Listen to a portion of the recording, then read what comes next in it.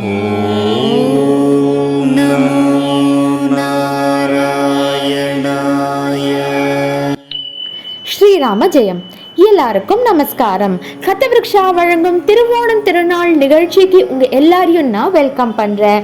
இன்னைக்கு மகா சிவராத்திரி மட்டும் இல்லை, இன்னைக்கு ஸ்ரவணம் உங்க எல்லாருக்குமே தெரிஞ்சிருக்கும். கதவிருக்ஷாவுடைய திருவோணம் திருநாள் நிகழ்ச்சியோடைய ஒவ்வொரு பகுதியிலையும் நம்ம பகவத்கீதாலேருந்து ஒரு ஸ்லோகம் கேட்டுட்டு அதுக்கான விளக்கம், இன்னையோடைய காலகட்டத்துக்கு பகவான் நம்மளுக்கு எப்படி அதை அற்புதமாக கொடுத்துருக்கார், அதுலேருந்து நிறைய மேற்கோள்கள், தெரிஞ்சுக்க வேண்டிய விஷயங்கள் எல்லாமே தெரிஞ்சுட்டு அனுபவிச்சுட்டு வந்துட்டுருக்கோம். ஒவ்வொரு மாதமும் நம்மளுக்கு அதை அற்புதமாக கொடுத்துட்டு வரா ஸ்ரீமதி டாக்டர் ஸ்ரீவித்யா சத்யமூர்த்தி அவர்கள். இந்த மாதம் நீங்கள் ரொம்ப அற்புதமான ஸ்லோகத்தை கேட்க போகிறேன். மகா கும்பமேளா நடக்கிறதுனால கங்கா மாதாவுடைய இம்பார்ட்டன்ஸை கொடுக்க போகிற ஸ்லோகம். அது மட்டும் இல்லாமல் ராமரை பற்றி ரொம்ப விசேஷமாக எக்ஸ்பிளைன் பண்ணியிருக்கா. இது எல்லாத்தையும் நீங்கள் எல்லாரும் இப்போ கேட்டு ரசித்து அனுபவிக்க போகிறேன்.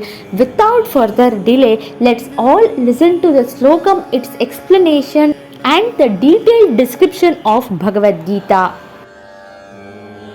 Namaste, Hari Om, Shri Gurubhyo Namaha. Welcome back to our Gita sessions, which we hope that you are enjoying.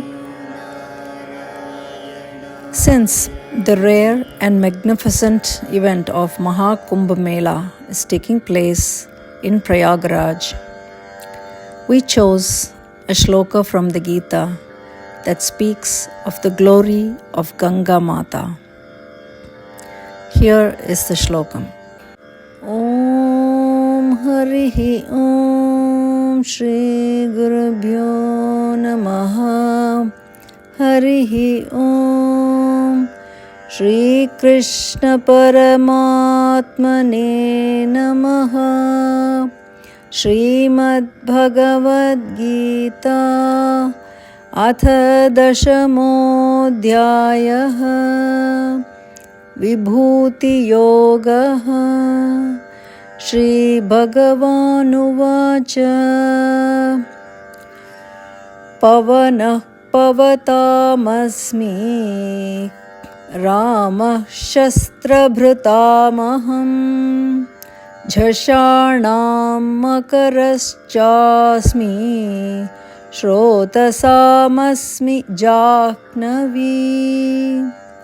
ॐ तत्सत् इति श्रीमद्भगवद्गीतासु उपनिषत्सु ब्रह्मविद्यायां योगशास्त्रे श्रीकृष्णार्जुनसंवादे विभूतियोगो नाम दशमोऽध्यायः.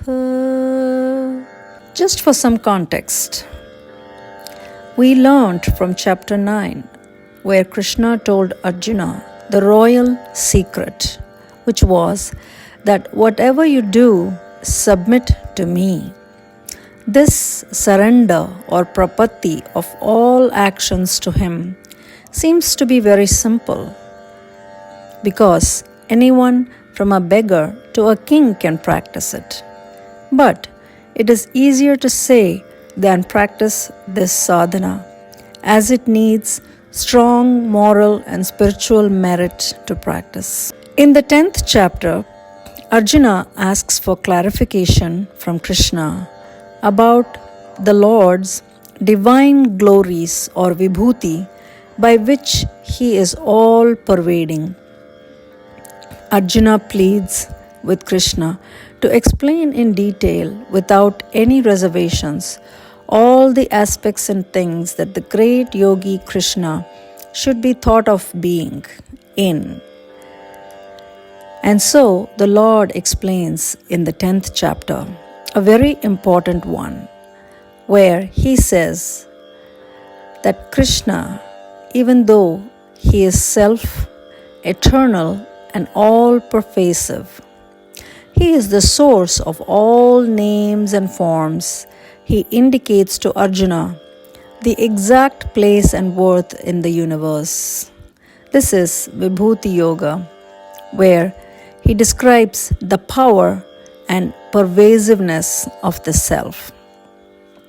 Here, Arjuna has made it very clear that he really wants Krishna to tell him everything, even if it's a lengthy explanation.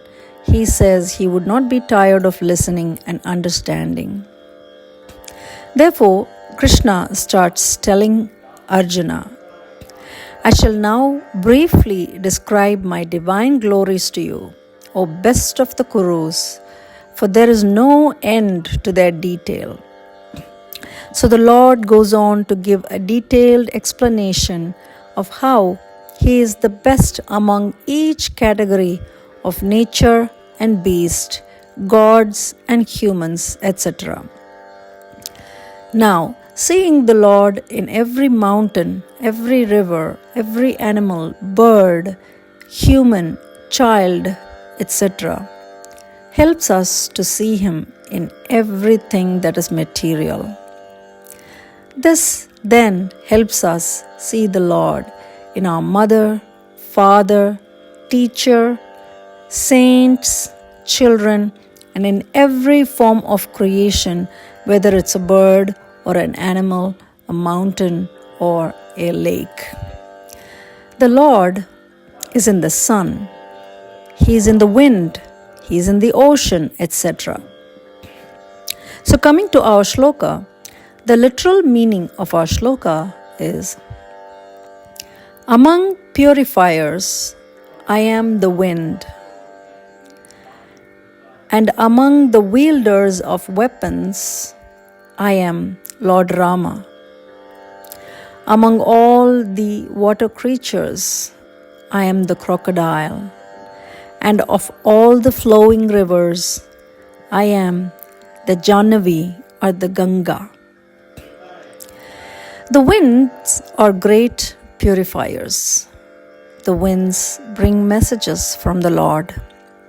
They carry water in the form of clouds to different parts of the world. They help pollinate plants from seeds. They help soothe us on hot days. They can be so strong as to uproot even trees, houses, or buildings when they are in the form of tornadoes or hurricanes. But when they are soft and breezy, they can provide a gentle comfort. The wind is efficient in keeping places dry and clean. Now, coming to the next part, Krishna is saying that he is Rama among all the warriors or wielders of weapons. Now, according to Valmiki Ramayana, Rama is the perfect man in all aspects. No matter how many times we talk about Rama, we never get bored. We go again here. He was the perfect son, brother, husband, friend, teacher, ruler, father, and most of all, a fighter or a warrior. That was something about Rama that everybody, whether a man or a woman, young or old, friends like Guha, rishis like Vishwamitra, Vanaras like Sugriva and Anjaneya, there is something about Rama that everybody loved him, and they were also willing to lay down their lives for him. What was that appeal of his? When Rishi Valmiki asked sage Narada if there is anyone in their times who possessed all the 16 qualities that a man should desire, but not even one person could have even some of the qualities, let alone all the qualities, Narada Muni told him that there is one person, Rama, who had all the attributes. He had all the physical attributes, and he had all the personality attributes. So Narada has described him as for his physical attributes. Vipulamsa, broad-shouldered. Sulalata, large and beautiful forehead. Mahabahu, strong-armed. Samavibhaktanga, well-proportioned limbs. Kambugriva, conch-shaped neck. Snigdhavarna, radiant complexion. Pratapavan, mighty and powerful. Pinavaksha, strong, well-developed chest. Mahoshvasa, armed with a great bow. Vishalaksha, large, expansive eyes. Gudajatru, fleshy, collared bones. Lakshmivan, lustrous body and personality. Shubha Lakshana, having auspicious features. Priyadarshana, pleasant looking, etc. Rishi Valmiki also refers to him as Shama, one with a dark complexion. His personality included him to be Niyatatma, that means steady-natured. Dharmagnya, understands nuances of dharma.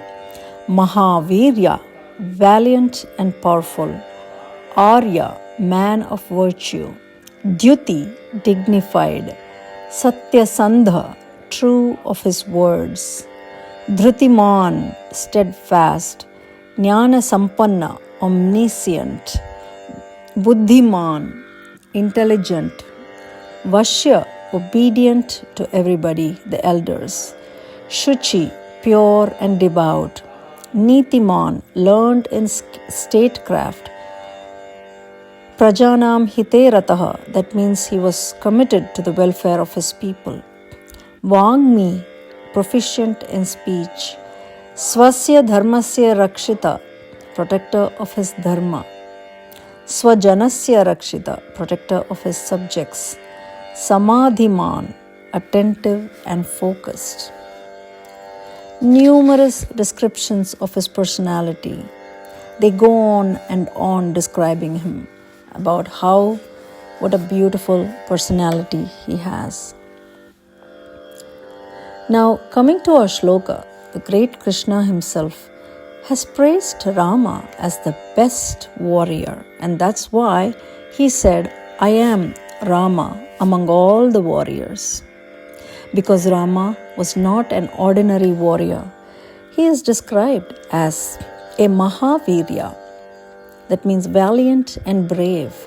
Dhanurvede Nishtita, skilled in archery. Sarva Shastrartha Tatvajna, knowing all of the Shastras. Pratibhanavan.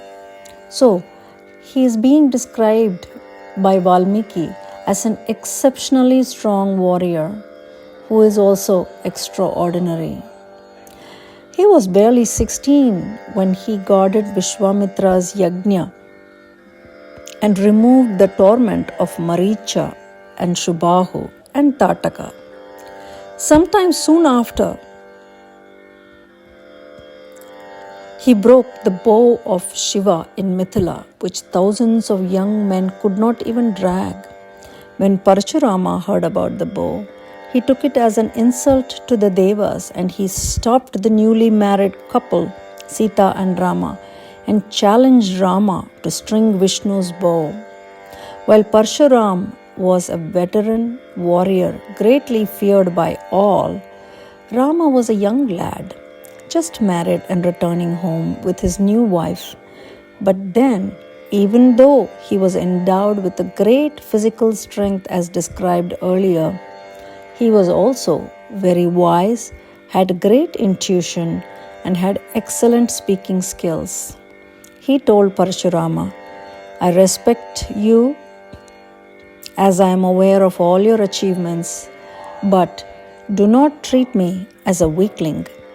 I am blessed with qualities of a warrior. You can watch my skill right now. And he strung the bow. Parshurama was speechless in awe. Even during their 11 years in Dandakaranya forest, Rama and Krishna fought with many Rakshasas to protect the rishis and their yajnas. In the fight with Khara and Dushana in Panchavati, Rama killed 14,000 Chaturdasha Sahasrani Rakshasas in one day.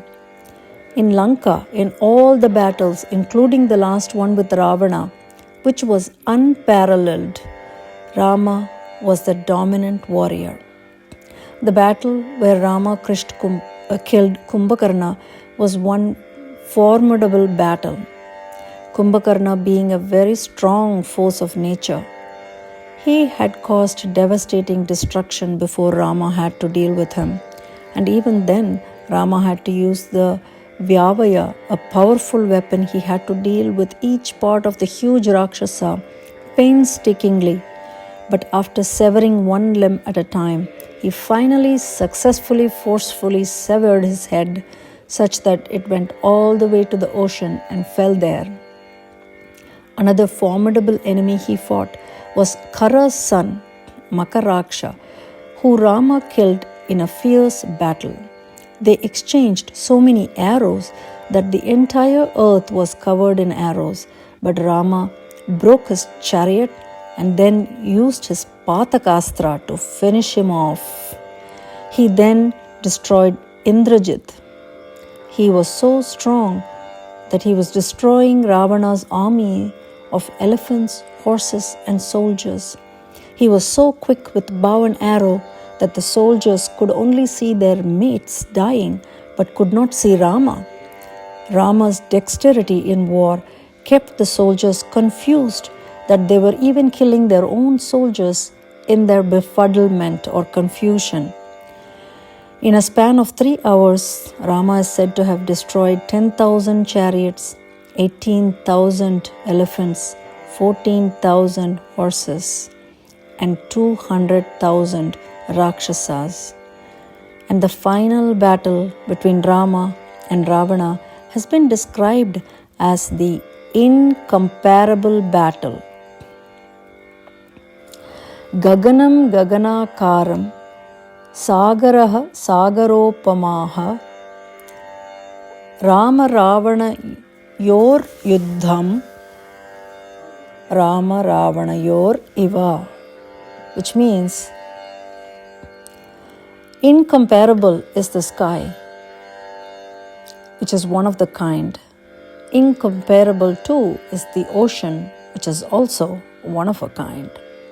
So too, the battle between Rama and Ravana is matchless, it's unsurpassed, it is beyond comparison.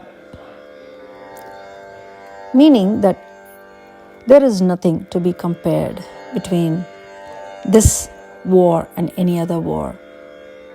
Such a fierce battle was that the Vanaras and Rakshasa army stopped fighting and they stood to witness and watch this great battle between the two titans.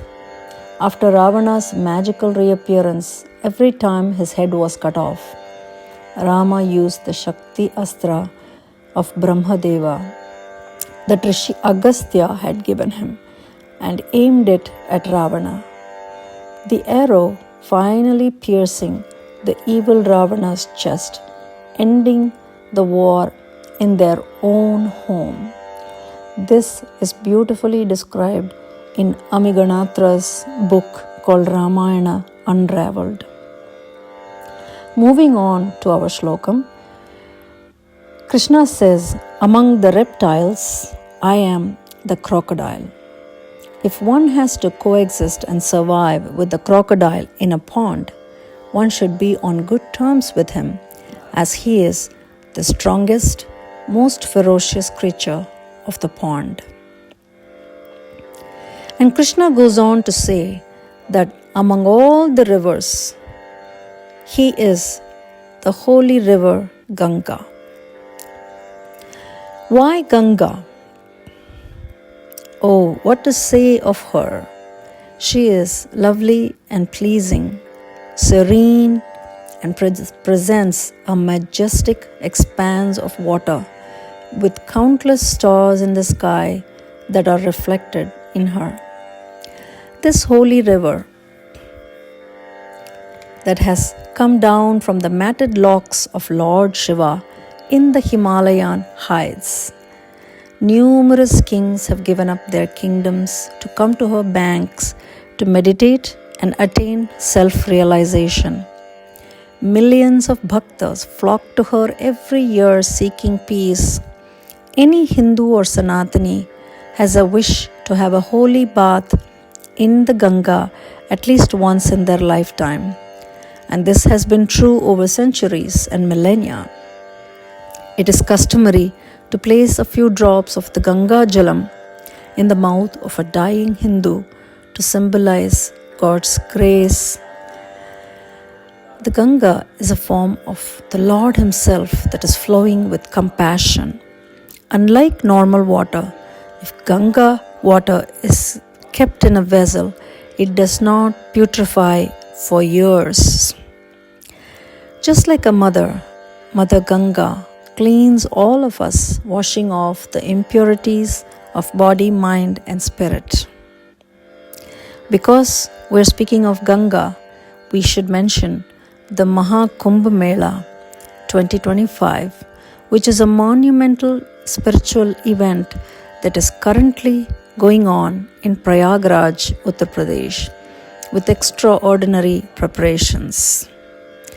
The Kumbh Mela is perhaps the only event in the world where there is no invitation required, yet millions of pilgrims gather to celebrate the holy event. Apart from the snan or bathing, the social aspect of the festival involves various yajnas, chanting of Vedic mantras, spiritual elucidations, traditional dance, music, programs based on our Puranas, Itihasas, and prayers. Approximately 3 crore or 30 million people attended the Ardha Kumbh Mela in 2019 and 50 million attended the Purna Kumbh Mela in 2013, making these as some of the largest peaceful gatherings in the world. In the one that is going on right now, approximately 40 to 60 crores or 400 to 600 million visitors are expected. In the last 10 days since it started, almost 100 million people have already visited. So what is the history behind this Kumbh Mela? The Mahabharata Parva 13 says, Ganga Dware Kushavarte Bilvake Neela Parvate Tatha Kanakale Snatva Dhutapatma Divam Vrajet. The sins of men are washed away when they bathe at the holy places Ganga Dwara, Kushavarta, Bilvaka, Neela Parvata, Kankhala, and therefore attain a place in heaven. Kalashasya Mukhe Vishnu, Kanthe Rudra Samashritah, Mule Tvasya Sthito Brahma, Madhye Matrigana Smrita. Kukshautu Sagara, Sarve Saptadvipa Vasundara, Hrikvedo, Yajurvedo, Samavedo, Atharvanaha, Angaischa Sarita Sarve, Kalashamtu Samashrita. According to the scriptures, all the great powers, the Trinity, Brahma, Vishnu, and Shiva, and also the Devas, the 7 continents, and all the 4 Vedas exist in the Kumbham or the Kalasham and manifest together during the Mahakumbmela.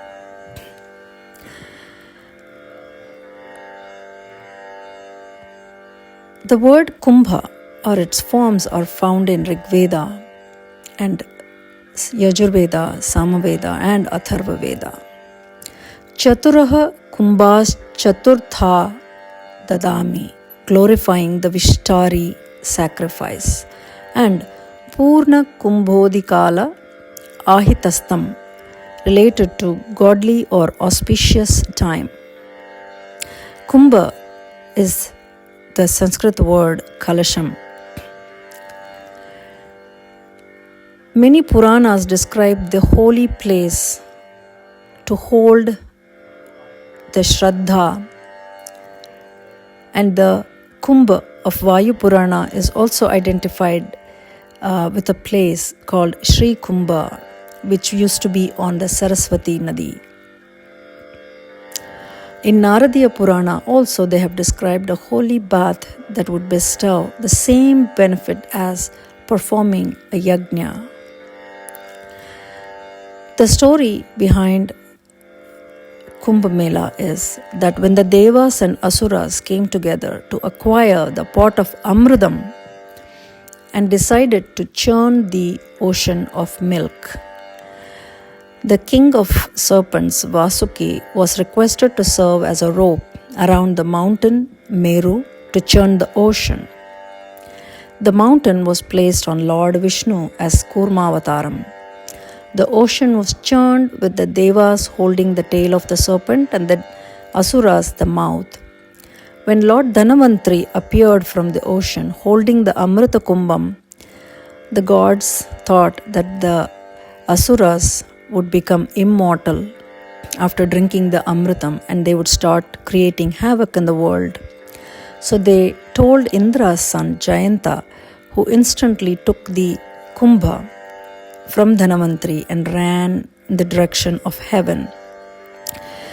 There was a big fight between the Devas and Asuras, and they fought for 12 days and 12 nights, which are the 12 years of the humans.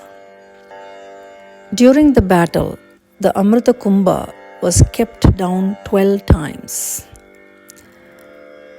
So Surya Bhagavan and Chandra, they took care of the Amrita. And the planets, Guru, fought off the Asuras to protect the Kumbha. But those 12 times, a few drops fell from the pot into 12 different places, and out of those 12 places, 4 are present on the earth. Those 4 places are Prayagraj, Haridwar, Ujjain, and Nashik.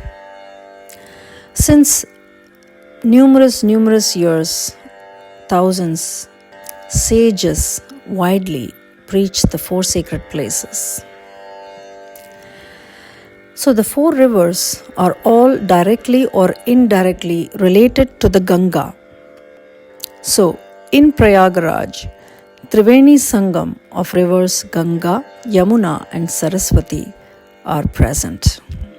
Shruti pramanam smritaya pramanam puranam apyatra param pramanam yatrasti Ganga Yamuna pramanam sa tirtha rajo jayati prayagaha prayagetu naro yastu maghasnanam karoti cha na tasya phalasankhyaasti shrunu devarashi sattama. Very briefly about Kumbmela. There are 4 types of Kumbmela. So the annual Kumbmela takes place every year. The Ardha Kumbha takes place every 6 years. And the Purna Kumbha takes place every 12 years. And every time 12 cycles of 12 years takes place, that is, every 144 years, the Mahakumbha takes place, which means the current event is an extremely rare event and we are fortunate to be present at this time. The position of the sun, the moon and Jupiter, the energy is supposed to be optimal for purification of the body, mind and spirit. There are 2 special topics I wanted to touch briefly on that are related to the Mahakumbh. One of them has to do with the Akhada system or the sannyasi akhadas who take place in the Kumbh They are a renowned monastic system who have been started supposedly by Adi Shankaracharya in the 8th century to prepare a warrior class that could fight for Sanatana Dharma.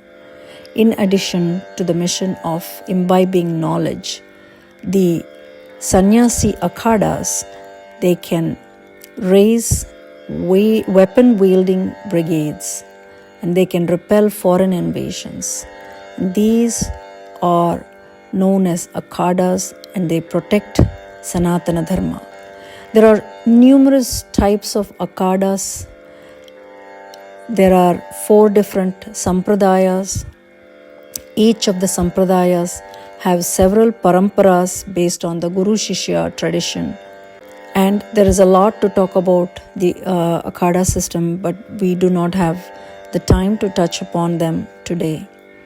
But please try to look them up and read about them.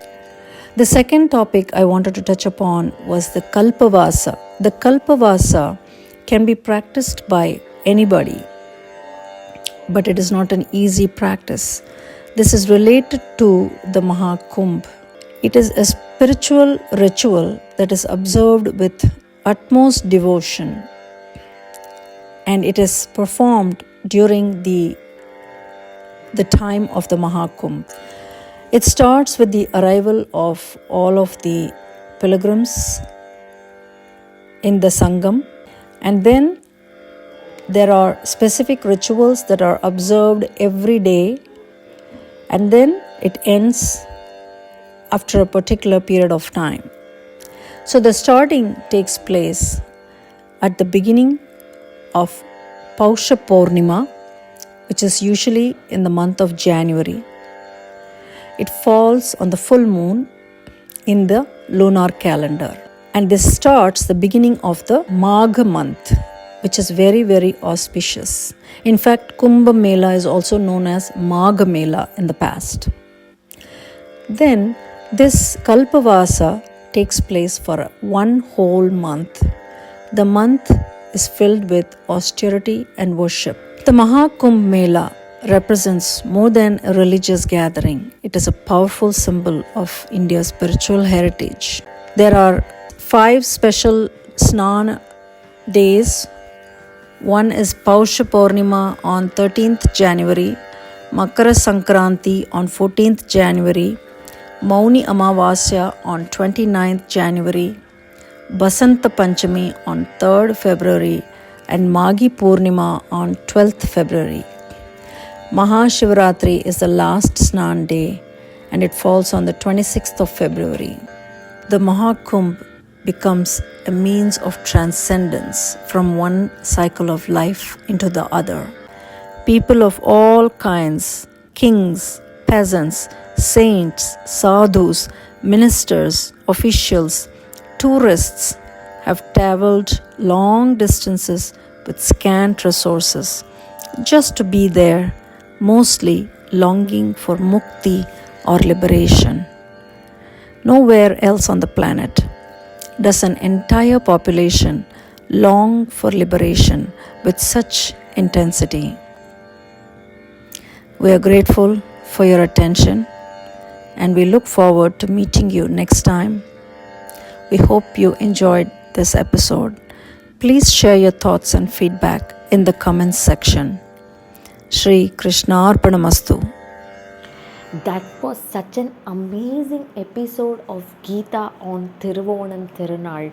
கீதையோடைய ஸ்லோகம், அதோடைய விளக்கம், ராமர் பற்றி நீங்கள் கொடுத்த விளக்கம், அதோட தொடர்ச்சியாக மகா கும்பமேளா, கங்கையோடைய முக்கியத்துவம், மகா கும்பமேளா ஏன் கொண்டாடுறோம், எதுக்காக கொண்டாடுறோம், அங்கே யாரெல்லாம் வருவா, அதோடைய இம்பார்ட்டன்ஸ் என்ன, இந்த மாதிரி இன்னும் நிறைய விஷயங்கள் இன்றைக்கி எக்ஸ்பிளைன் பண்ணிட்டேன். It was such an amazing, useful and very, very informative episode of Thiruvonam Thirunaal.